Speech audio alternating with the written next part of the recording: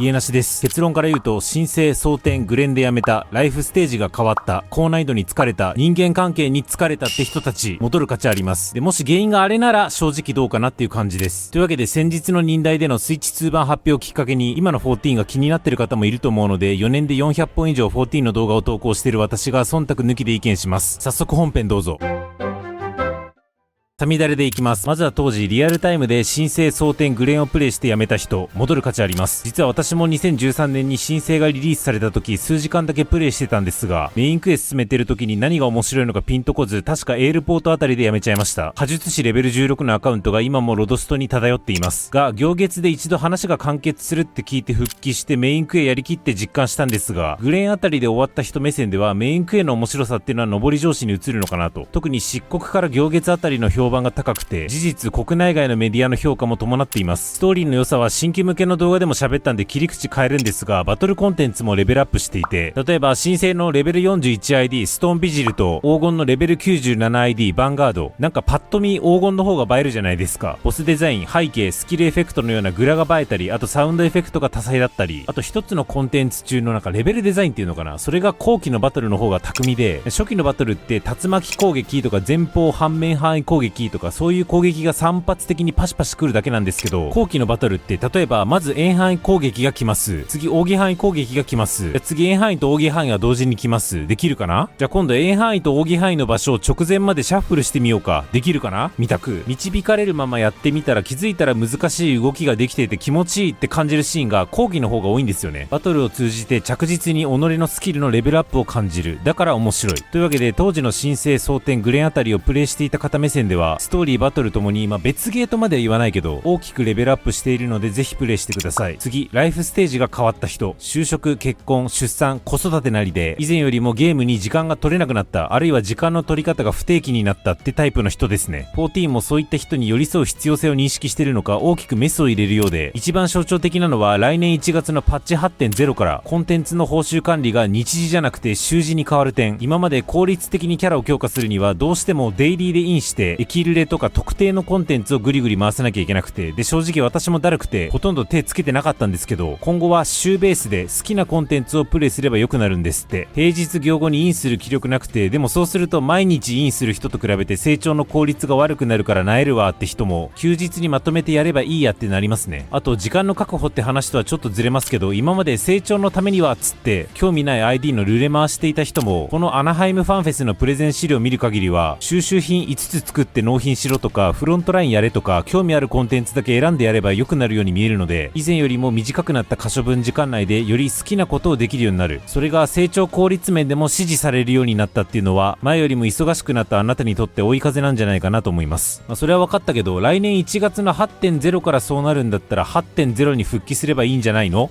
はい、そう思います。私も別に今復帰しろというつもりはないです。11月の日本ファンフェスでさらに詳細が出るらしく、でどんな話になるのかっていうのは速報解説するので、もうちょい様子見たいっていう方もチャンネル登録してお待ちください。次、高難易度に疲れた人。私の後輩にもパンデモニウム変極編霊式2層でチャネリングオーバーフロー2回目のノクバ頭ありで堅実魔使い忘れてパーティー壊滅させて、でそれがトラウマになって高難易度引退したやつがいるのでよくわかります。そんなあなたにとって大きく2つポジティブな見直しがあって、1つはノーマルと霊式の中間難易度のバトルの新設。今まではノーマルのレイド透滅戦に極の透滅戦、霊式のレイド、あと絶っていう大きく難易度4段階のバトルコンテンツがあったんですが、レイドを対象にノーマルと霊式の中間を設けるらしい。これは憶測ですが、おそらく極透滅戦よりもマイルドな難易度になるはずです。というのも今年3月に2人から4人で挑むアドバンストバリアントダンジョンっていう新しいバトルコンテンツが新設されて、これがノーマルと極の中間ぐらいの難易度だったんですが、これがとても好評だったから、高難易度コンテンツ宿命の時間制限があるから火力も出さなきゃいけないっていうのがなくて、自分がミスって死ぬと仲間も死ぬっていう連帯責任系のギミックも少ない。でもギミックはそこそこ難しい。これみたいな塩梅の友達も誘いやすいいいコンテンツでした。高難易度で暴言吐かれて以来怖くなっちゃったとか、あとさっきの話じゃないけどライフステージの変化、あるいはシンプルに華麗で昔ほど高難易度にとっつけないわって人もうってつけだと思います。もう一個のポジティブな見直しは装備強化ルートの変更。今まで霊式をクリアするために装備強化をしようにも環境再最強の装備は霊式をクリアしないと手に入らないっていうきしょい状況だったんですが、さっきのプレゼン資料を見る限り、霊式装備を入手する手段が霊式クリアだけではなくて、いろんなコンテンツやってるだけで入手できるようになるっぽい。一応今もデイリーで時間かけてアラガントームストーンを集めれば、環境で2番目に強い装備に更新することはできたんですが、言うて所詮2番目。最強装備に更新してからゆったり高難易度挑むっていう道ができるようになるっぽいので、高難易度食らいつく気持ちがある人もさらに挑みやすくなるのかなと。というわけで高難易度に疲れた人はいい感じの難易度のやつが新たに出るのと、高難易度自体も挑みやすくなりそうなので戻る価値あります。次、人間関係がだるい、あるいは疲れた人。これは14やめる前にどんな出来事があったかにもよるんですけど、1個刺さるかもしれない要素を挙げると、以前よりも少人数で遊べる環境が整っています。例えば4人用のインスタンスダンジョンについては、コンテンツサポーターという NPC を3人帯同させることでソロで挑めるようになり、結果としてメインクエ完走するだけならほぼほぼソロで突っ走ることができるようになっています。9月にリリースされる新リミテッドジョブ魔獣使いも相当コストかけて専用コンテンツ作ったと運営が言いつつ、珍しく1人用。さっき紹介したそこそこ難易度のアドバンストバリアントダンジョンも珍しく2人から4人用ということで、2人や3人でも突入可能です。これが好評だったからかはわかりませんが、 ID ももともと自分プラス見知らぬ人3人、あるいは自分プラス知人プラス見知らぬ人、あるいは自分プラス NPC3 人っていう選択肢しかなかったところ、今後は新たに自分プラス知人プラス NPC っていう択も増えるらしく、例えば旦那としかコンテンツに行かないっていう人とかも安心です。気が合う人と一緒に14やりましょう。余談なんですけど、一方で塩梅難しいのが、少人数あるいは特定メンバーで遊べる環境が整いすぎると、偶発的な出会いだとか、あとフィールドの人の賑わい、なんか世界が生きてる感覚とかいう MMO としての良さが希薄化していくものです。そこは運営も課題感あるらしくて、パッチ 8.0 以降は特定パーティーだけ別フィールドに切り離されて遊ぶ、いわゆるインスタンス制のコンテンツだけではなくて、一つのフィールドにみんな集まってプレイするパブリックフィールドの遊びも強化するとのこと。黄金のレガシーで実装されたパブリックフィールド型のコンテンツである、そのクレセントアイルとコスモエクスプローラーがどこまで支持されたんだっけって話で言うと正直怪しくて、さっきのそこそこ難易度コンテンツの実装の話と比べると、どこまで面白コンテンツが飛び出すのかまだ未知数ではあるんですが、ここで言いたかったのは、できるだけ他人と関わりたくないっていう人だけではなくて、逆にこれソロすぎるんだけど MMO である意味あんのって思っていた人も視野に入れて開発しているようですよってことでした。余談以上。次、そもそも今から追いつくのしんどすぎないかって思ってる人。これは追いつく対象が何を指しているかにもよって、まずストーリー追いつくの大変っていうのは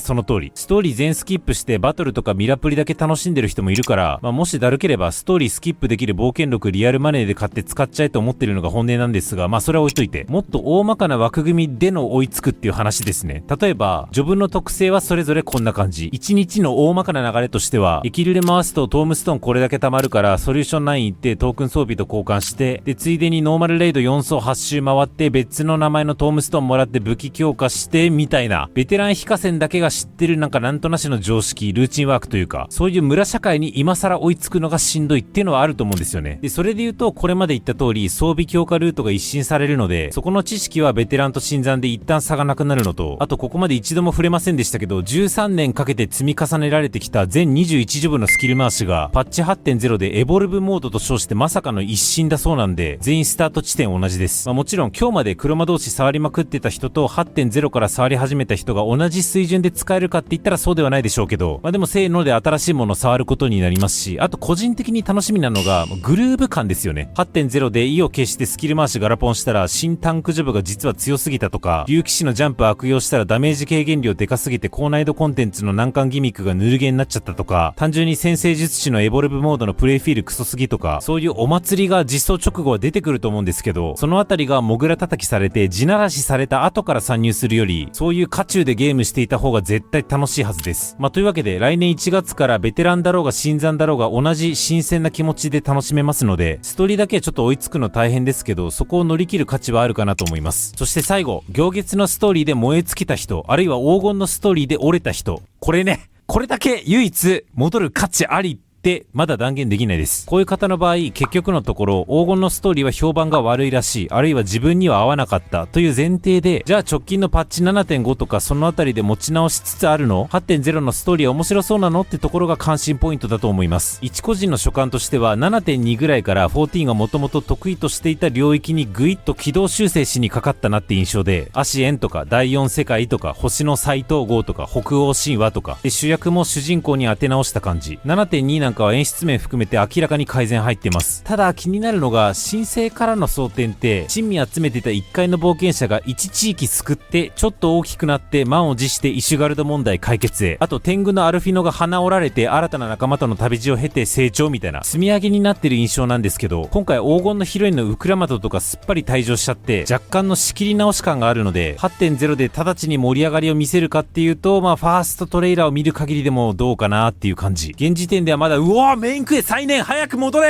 ーって押せる状態ではないです。7月のベルリンファンフェスで11月の東京ファンフェスで続報出てくるのと、あと9月にメインクエのパート2が出るんで、そのあたりの情報を踏まえて温度感また共有します。以上。割と早めに14やめちゃった人は漆黒行月あたりでストーリーの盛り上がりが最高潮なのと、バトルコンテンツはどんどん面白くなってるのでぜひ。ライフステージが変わって以前ほど時間が取れなくなった人、アラカルトな消化体系、ウィークリー単位の報酬体系によってこれまで以上に柔軟な遊び方が積極的に肯定されそうなので安心。高難易度に疲れた人も新設される中間難易度でそこそこの歯応えを楽しむもよし、最強装備を整えてから挑むもよし、人間関係がだるい人もソロなり2人なり少数名で楽しむ環境が以前よりも整っているので、パーソナルスペースで安心して楽しもう。直近のストーリーに幻滅した人は